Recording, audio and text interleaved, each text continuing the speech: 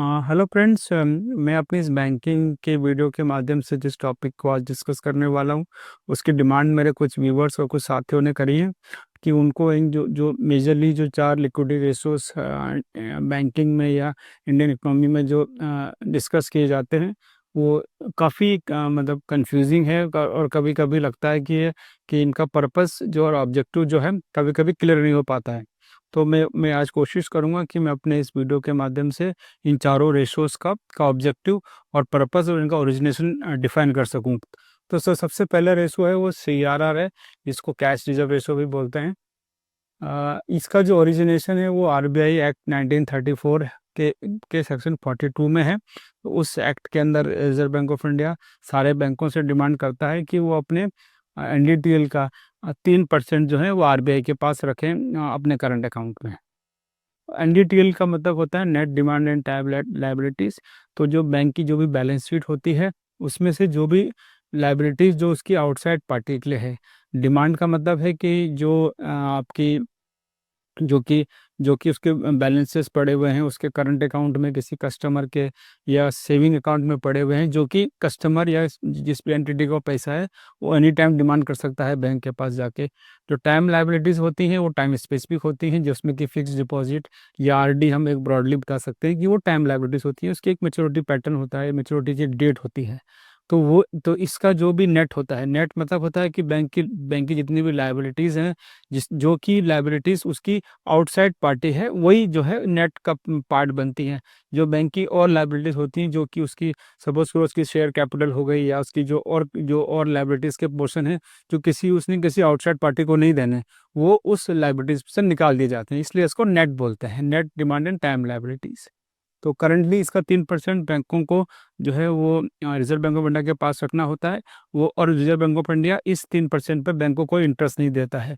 तो इसका जो यानी कि इसका अगर हम कॉस्ट देखें तो इसका एक कॉस्ट इम्प्लीकेशन बैंकों को है, क्योंकि बैंक जो है वो आपका करंट अकाउंट को छोड़कर अन्य सभी प्रकार के जो डिपॉजिट्स कस्टमर बैंक के पास रखते हैं उस पर एक इंटरेस्ट देता है।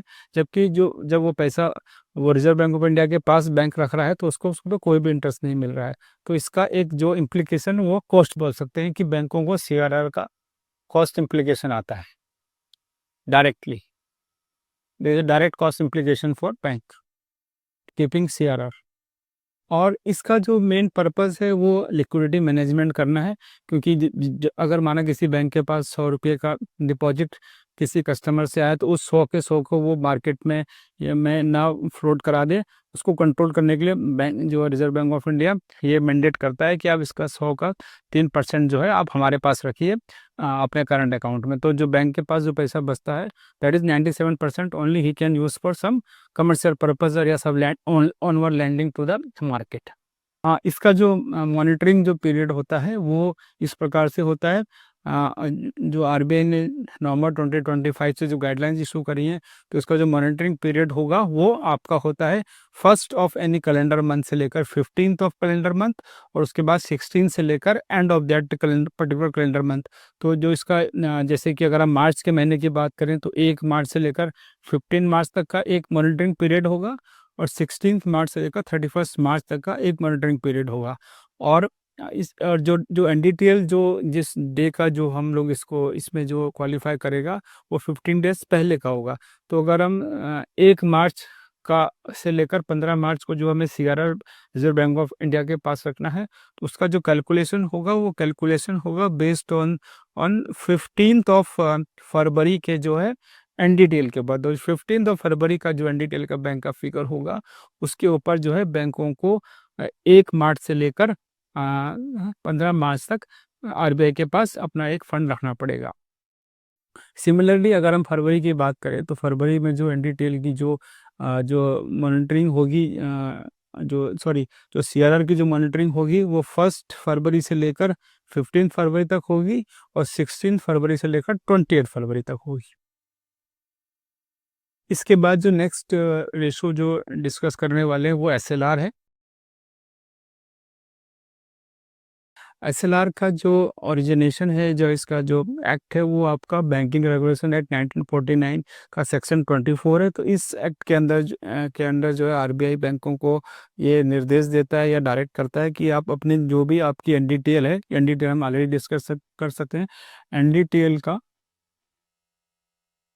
एक एनडीटीएल का 18% जो है बैंकों को एसएलआर के रूप में रखना होता है। एसएलआर का मतलब होता है स्ट्रेटेजिक लिक्विडिटी रेशियोज। और इसमें जो बैंक जो कर सकते हैं वो क्या करते हैं, जनरली उतने अमाउंट का वो गवर्नमेंट सिक्योरिटीज़ खरीद सकते हैं, या गोल्ड में रख सकते हैं, या आरबीआई के पास कैश भी रख सकते हैं, या अपने पास भी वॉलेट में कैश रख सकते हैं, या फिर जो दूसरे बैंकों के पास वो करंट अकाउंट होते हैं उसका भी अमाउंट जो है वो एसएलआर में क्वालिफाई कर जाता है। तो इसका जो मेन पर्पस होता है वो आपका एक जो सिस्टम में क्रेडिट को मैनेजमेंट करना होता है कि बैंक अगर 100 रुपये किसी डिपॉजिटर से ले रहा है, तो 100 का 100 नियन इन 100, क्योंकि 3% ऑलरेडी उसको शेयर रखना पड़ रहा है, तो 97 रुपीज़ जो है वो मार्केट में ना लगा दे या ऑनवर्ड लैंडिंग ना कर दे। तो वो क्रेडिट को मैनेज करने के लिए, ताकि वो जो है जो पैसा कस्टमर ने उसको दिया है वो कॉर्पोरेट्स को लैंड ना कर दे, उसको वो उसका एक सर्टेन परसेंट उसको जो है सेफ इन्वेस्टमेंट करना पड़ता है। जैसे कि जो गवर्नमेंट सिक्योरिटीज़ है, या गोल्ड है, या कैश है, ये एक तरह के सेफ इन्वेस्टमेंट माने जाते हैं। तो जो जो कस्टमर का जो 100 रुपया आ रहा है उसमें से 18% का एसएलआर बैंक ले लेता है, और 3% का जो है वो शेयर रखता है। तो 21% जो है एक तरह से कह सकते हैं कि बैंकों का मार्जिन है, मार्जिन ऑफ सेफ्टी है, कि in case of any solvency issues अगर बैंकों के पास आते हैं, तो 21% ऑफ बैंकों का जो भी आउटसाइड देनदारियां हैं वो एकदम सुरक्षित हैं, क्योंकि उसका इन्वेस्टमेंट जो है या तो आरबीआई के पास पड़ा है, या गवर्नमेंट सिक्योरिटीज या अन्य सेफर इन्वेस्ट एवेन्यूज में बैंकों द्वारा रखा गया है।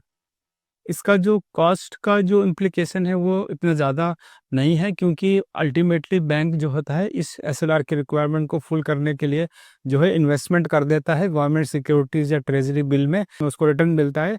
तो इसको एक कॉस्ट इम्प्लीकेशन इसका सीआरआर के मुकाबले कम है, लेकिन उसको पास पैसा कम हो जाता है to on one landing to corporate at maybe the higher rate. और क्योंकि जो जिस एसएलआर की जो सिक्योरिटीज़ होती हैं, जो जहाँ पर कि वो इन्वेस्टमेंट कर रहा है गवर्नमेंट सिक्योरिटी या ट्रेजरी बिल, उनकी जो यील्ड होती है वो कॉर्पोरेट या जो दूसरे तरह के लोन्स होते हैं उनसे कम होती है।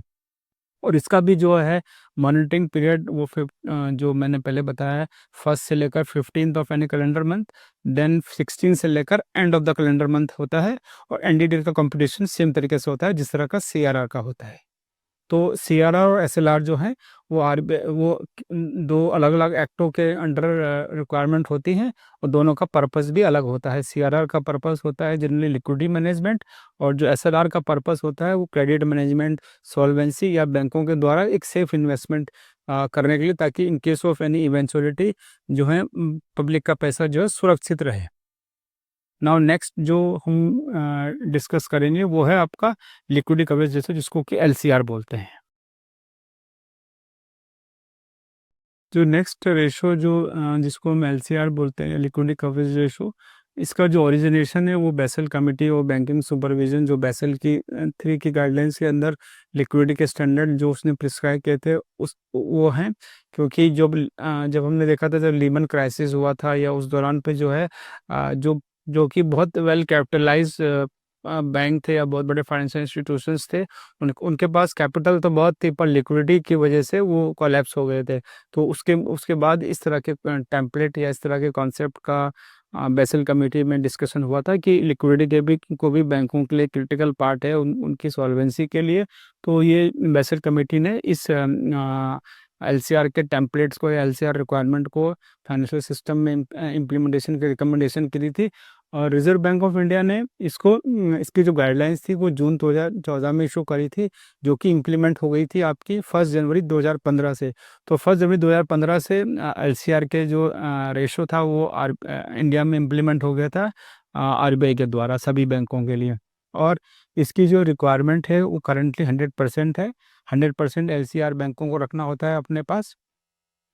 और जो इसका जो पीरियड होता है वो 30 डेज के पीरियड में के लिए इसको मॉनिटर किया जाता है कि नेक्स्ट 30 डेज में कैसे बैंकों का जो लिक्विडिटी है उसकी आउटफ्लो फ्लो को जो है किस तरह से वो मैनेज करेगा। तो मैं उसके लिए मैं अभी नेक्स्ट बताता हूँ कि कैसे 30 डेज की विंडो में इस एलसीआर को मॉनिटर किया जाता है।